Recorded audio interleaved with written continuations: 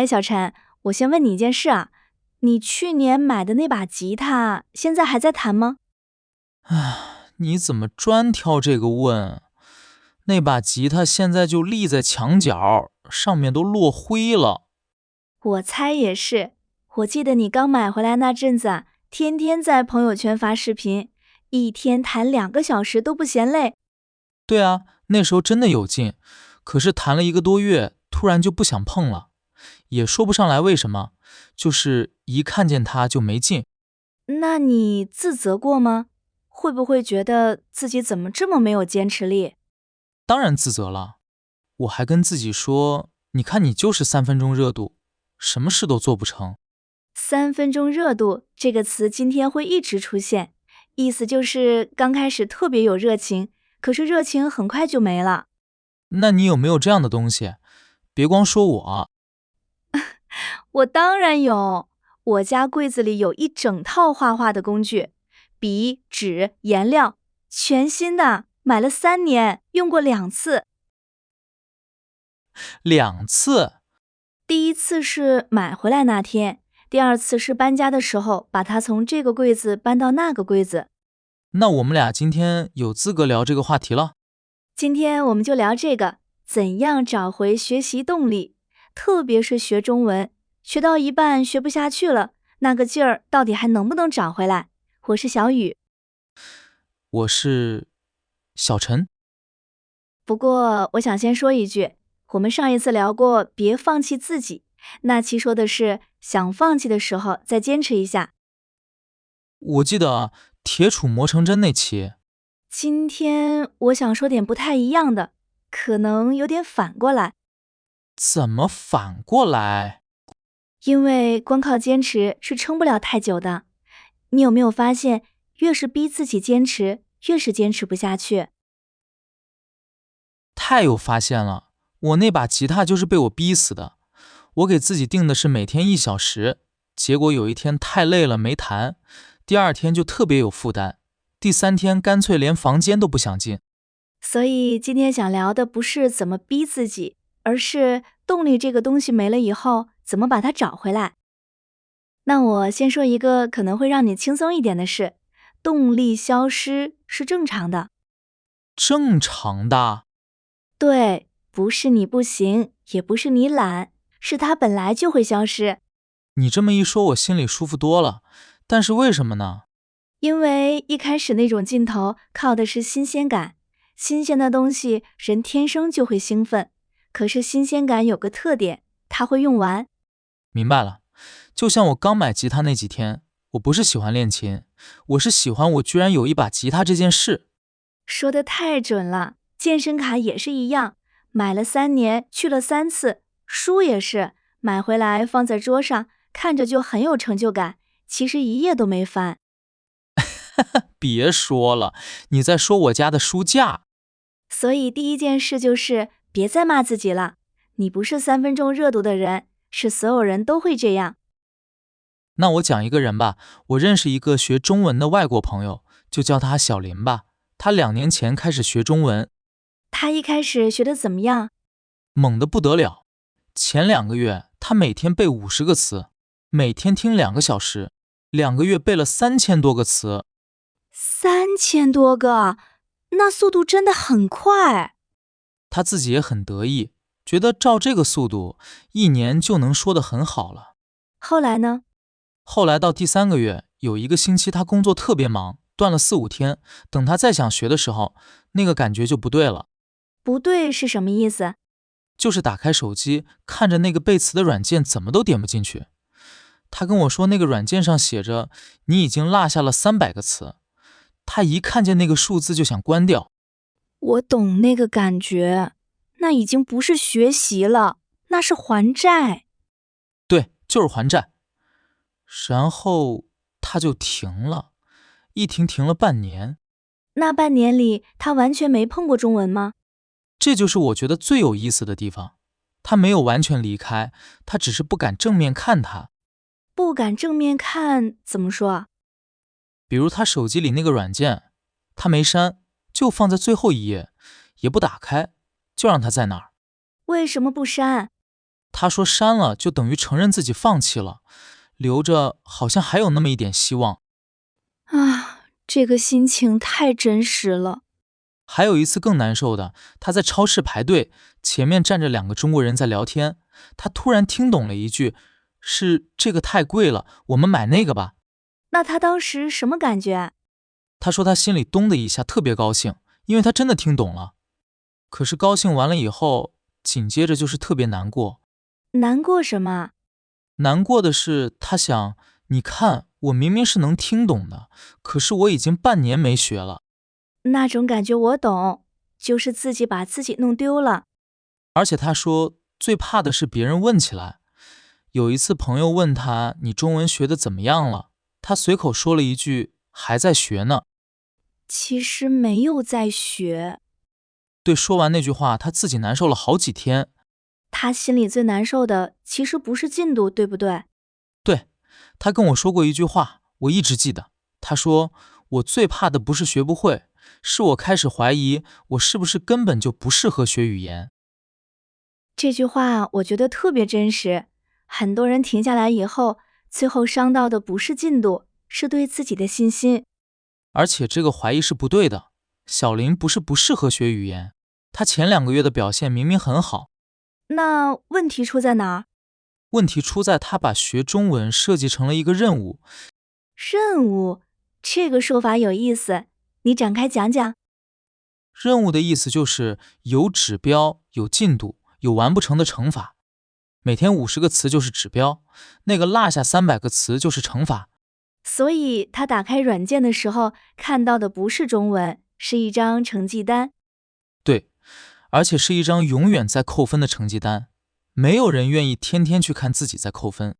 那你说问题不在他不够努力，反而在于他太努力了。可以这么说，他一开始定的量太大了，大到只要生活出一点小意外就会断，一断就崩。我还想补一个情况，这个情况可能更多人遇到，而且更难受。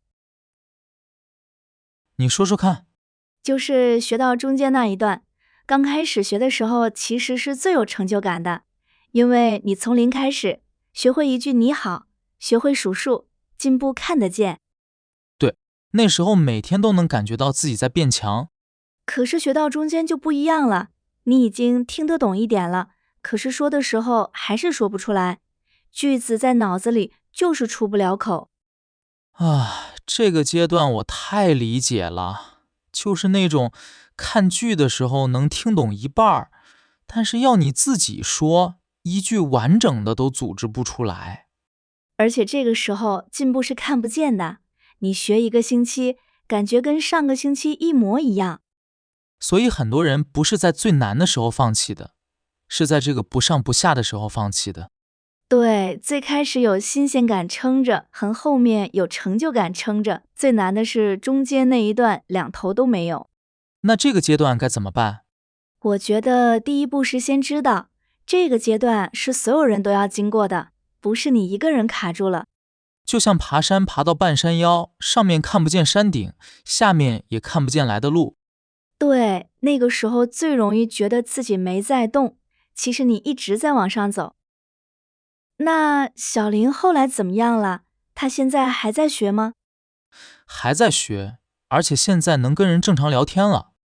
他是怎么捡回来的？说出来你可能觉得没什么了不起，他就是把背词的软件删了。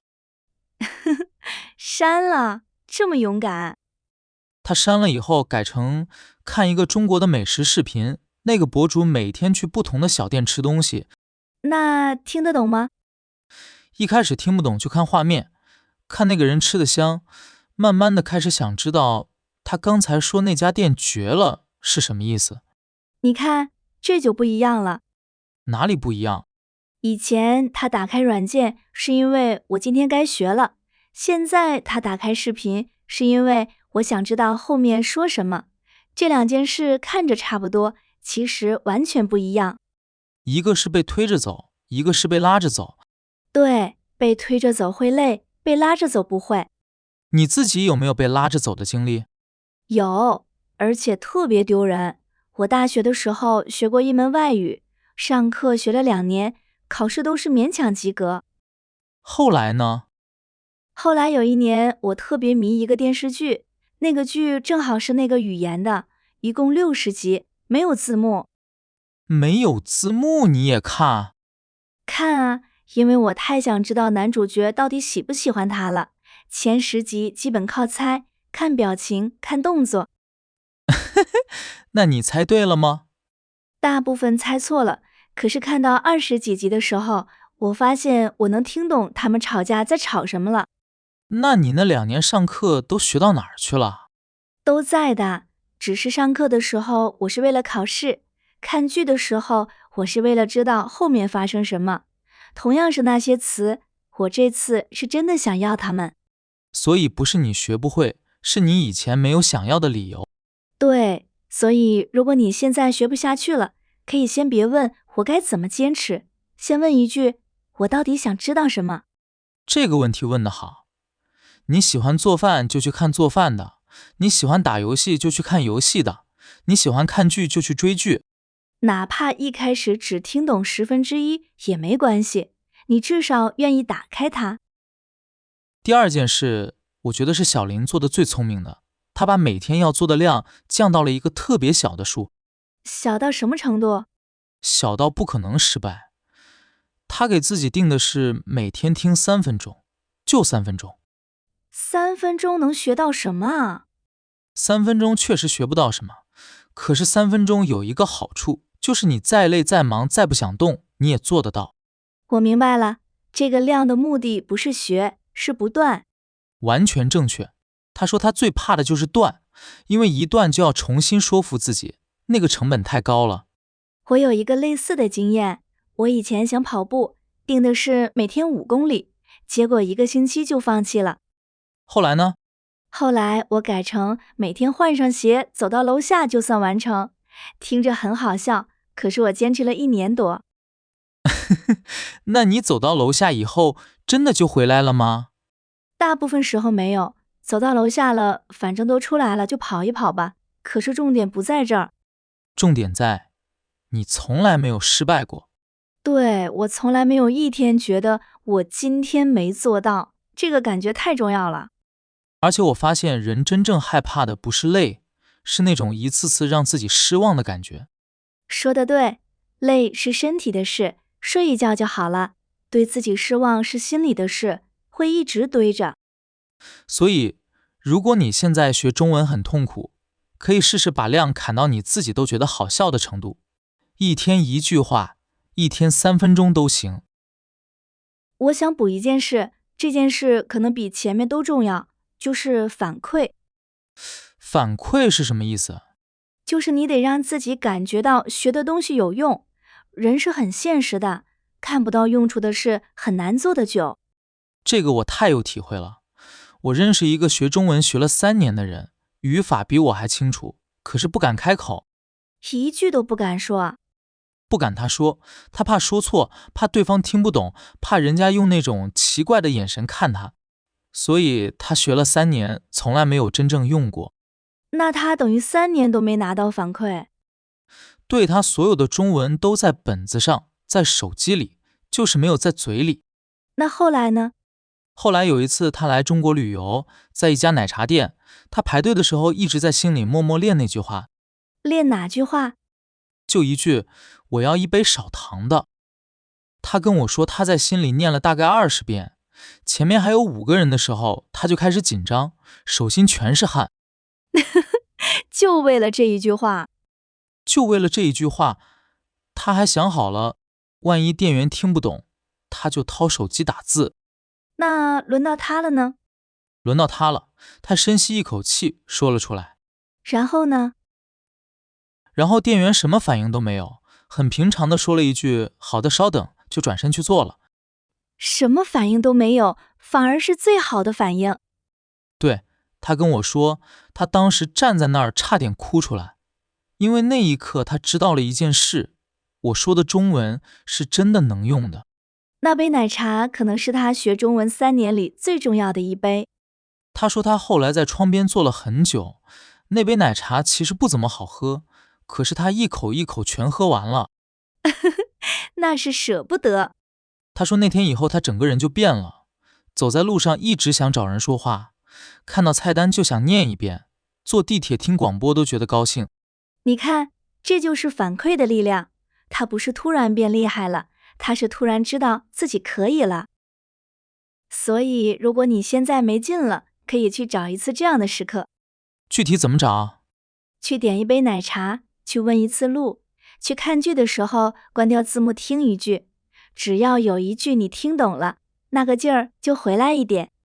而且这种时刻不用大，很小就够了。对，不需要。你能演讲，能听懂一句稍等，就已经够你高兴一整天了。还有一件事我觉得很多人忽略了，就是别一个人学。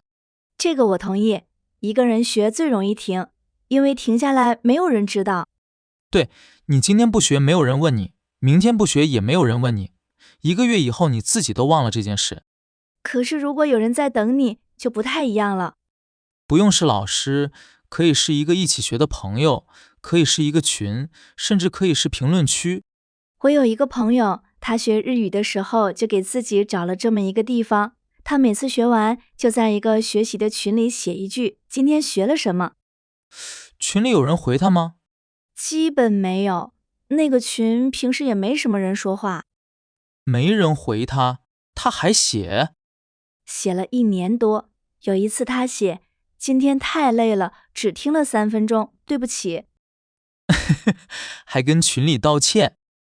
他后来跟我说，其实没有人天天看他写什么，可是他知道有个地方可以写，就不容易停。这就够了，人有时候需要的不是监督，是有人看见。最后我还想说一个观念，我觉得这个观念能救很多人。你说说看。就是断了不等于清零。展开说说。很多人停了3个月、半年，再想回来的时候，第一个念头是我得从头开始了。对，然后一想到从头开始就更不想动了。可是事实不是这样，你以前学过的东西还在，它只是生锈了。生锈这个说法好。生锈的东西擦一擦就能用，跟一块新铁完全不是一回事。小林也说过这个，他半年以后重新开始，本来以为全忘光了，结果听了2个星期，感觉就回来了。因为那不是重新学，那是想起来。而且我发现，回来的人往往比一直没停过的人心态更好。为什么？因为他知道停下来是什么滋味，所以他不会再要求自己每天都完美，他只要求自己别彻底走开。这句话我很喜欢，别彻底走开，比每天坚持容易多了，也管用多了。我们来说2句实际的话吧。如果你的朋友跟你说他学不下去了，你会怎么回他？我以前会说加油，坚持一下，但是现在我不这么说了。那你说什么？我会说没关系，这很正常，你先别学了，休息几天，什么时候想起来了再说。让他休息，不怕他真的不回来了吗？不怕，你越是催他，他越是把学中文跟压力放在一起，那才是真的回不来了。那如果是对自己说呢？对自己我会说，我今天不想学，那就今天不学，但是我明天听3分钟。这句话的关键是后半句。对，前半句是原谅自己，后半句是给自己留一条路，2句都得说。今天聊了这么多，其实我想说的就是一件事，动力不是靠熬出来的，是靠找回来的。而且找回来的方法都不是让你更用力，反而是让你更轻松。换成你真正想看的东西，把量降到你不可能失败，去要一次真实的反馈，找一个能看见你的人。然后记住，断了不等于清零。